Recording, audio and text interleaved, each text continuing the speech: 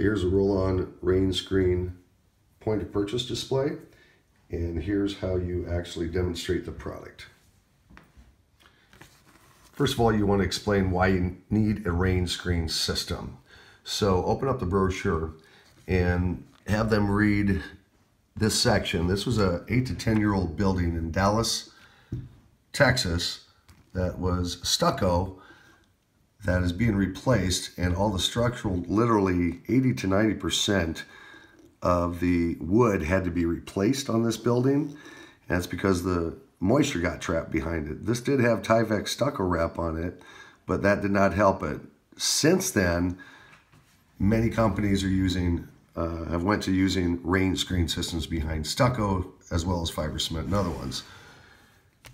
Point out that this is a real low-cost alternative to trap moisture problems and all liability that's involved, from the top on down to the bottom to the contractors install it. It's a good value product. It pays for itself over time, and it's just a good idea to use a rain screen because it's gonna, with proper flashing and proper installation, it's gonna perform much, much better than just a house wrap or a drainage house wrap. The next thing you want to do is point out the other products that are available, like plastic battens, wood furring, and mesh rain screens, how the roll-on rain screen is superior to these products. First of all, here's a 1x4 pressure treated wood furring. Problems with these, of course, are it'll crack, warp, soak up moisture, trap moisture behind the actual nails. Plus, if you see on the display, that takes up 4 inches for each furring strip. So 16 inches on center, it's going to cover up over 20% of the wall space, which makes it really not a rain screen according to Canadian building codes. With 1x4s, not only they trap a lot of moisture and take up a lot of wall space on the actual structure, but what will happen with this is you'll need to build out the trim versus our 3/8 inch. You're going to have a 1x4, and so you'll have to build out the trim for the siding so the trim does not look recessed. That adds an additional 30 to 40 cents per square foot to do that right there. With a 1x4, it's closer to the 130 to 150 per square foot cost installed on the wall. Plus, you still got a piece of wood with all the problems with it. What we have here next is pressure treated plywood, and it's very labor intensive because what installers are doing, they're buying sheets and ripping them down on the job site. Of course, the problems with pressure treated plywood is it warps, as you can see. It'll soak up the moisture, it can delaminate. Moisture can get down into the actual, in between the layers of the plywood, cause additional problems down the road for nails becoming loose, etc., etc. Plus, it burns, cracks, it warps.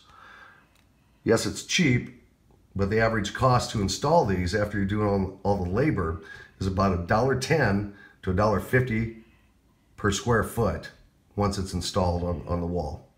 Then you have the plastic mesh products. These really are never recommended by like James Hardie siding because they compress very easily. You can see that. I'm just pushing in like that. When you over nail it, it'll compress and kind of eliminate the actual purpose of a rain screen. It's very expensive. It's 80 to 90 cents plus per square foot, plus the labor to install it. You're up around $1.40 to $1.80 per square foot on the average. Not only it'll compress, but it'll burn, and the manufacturers suggest you apply it with a tack hammer so you have hundreds and hundreds of staples going throughout your entire wall system, thus creating a chance for moisture intrusion, as well as these products will hold the moisture as well. They'll just kind of sit on the actual fibers. It takes much longer to dry out than it does with, of course, the roll-on rain screen because you're using air. And with the roll-on rain screen, it's the corrugated design, so it'll flow in both directions and get much more drying capability. So what I'm showing here is the roll-on rain screen has a 3/8 inch air gap. That's the optimal size to get an air gap going, because then you don't have to build out all the trim and everything. Now, the way this is designed, you can actually do rain screen trim by putting a corner down like that, and then the actual trim will be having a rain screen behind it to drain out the moisture behind the trim too. That's just an option. This is the product on a vertical application. So you put your lap siding on like this, okay? And then just nail it in with a nailing gun. Use hot dip galvanized 1.5 inch to 2.5 inch nails. The nail gun will simply go through the product and into the studs. This is the horizontal installation of the product, which really speeds things up versus doing a vertical installation with vertical siding or horizontal siding, or even using a vertical roll-on rain screen versus horizontal. This will go up faster because you'll be using less material. You will not have to put it up against the windows and the channels like you will if you put a furring strip up vertically.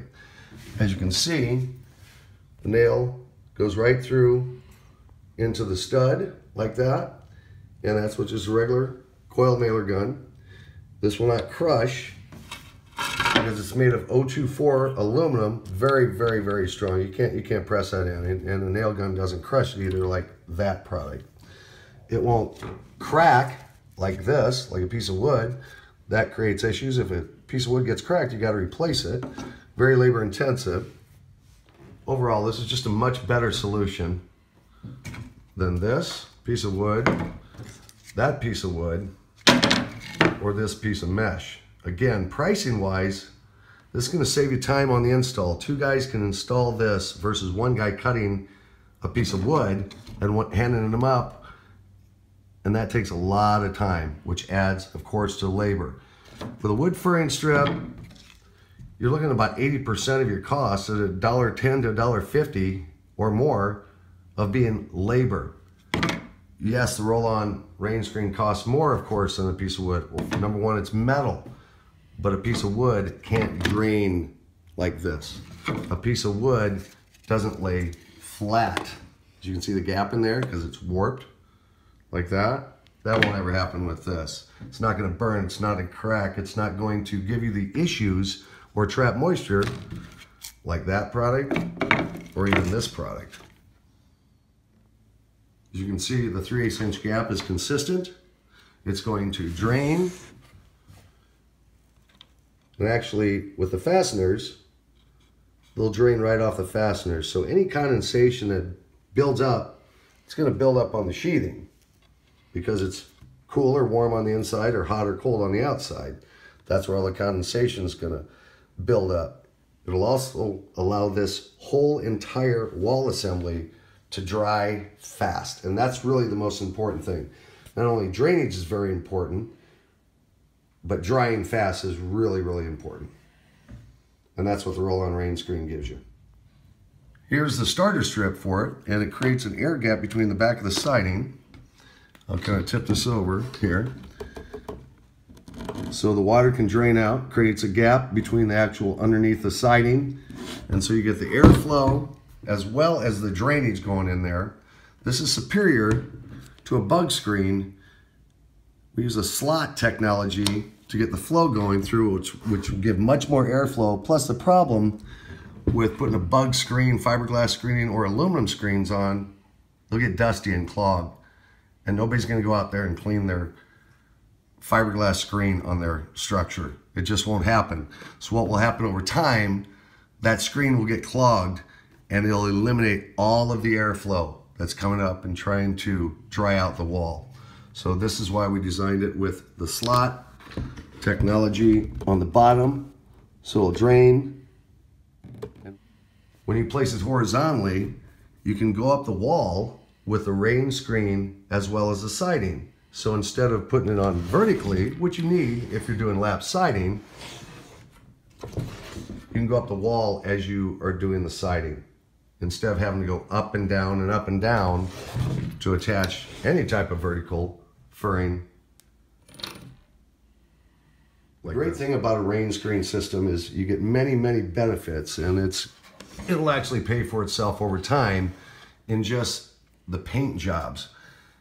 The reason why paint fails on any type of cladding is because the moisture gets behind the siding, and then it soaks up that moisture if it's direct contact, and then that just soaks through the paint. That's why you see bubbles on paint. Well, at that point, the product, it's creating a vapor barrier in essence, the paint is, and it can't escape. And so the paint peels off because the moisture is coming from the back of it and through the actual cladding itself. That's what causes the paint failure. With a rain screen, it's going to keep dry. The panel's going to keep dry. Your substrate's going to keep dry. You're going to have plenty of drainage. You're going to have plenty of airflow with a 3/8. And why we do the 3/8 is to eliminate the build-out costs.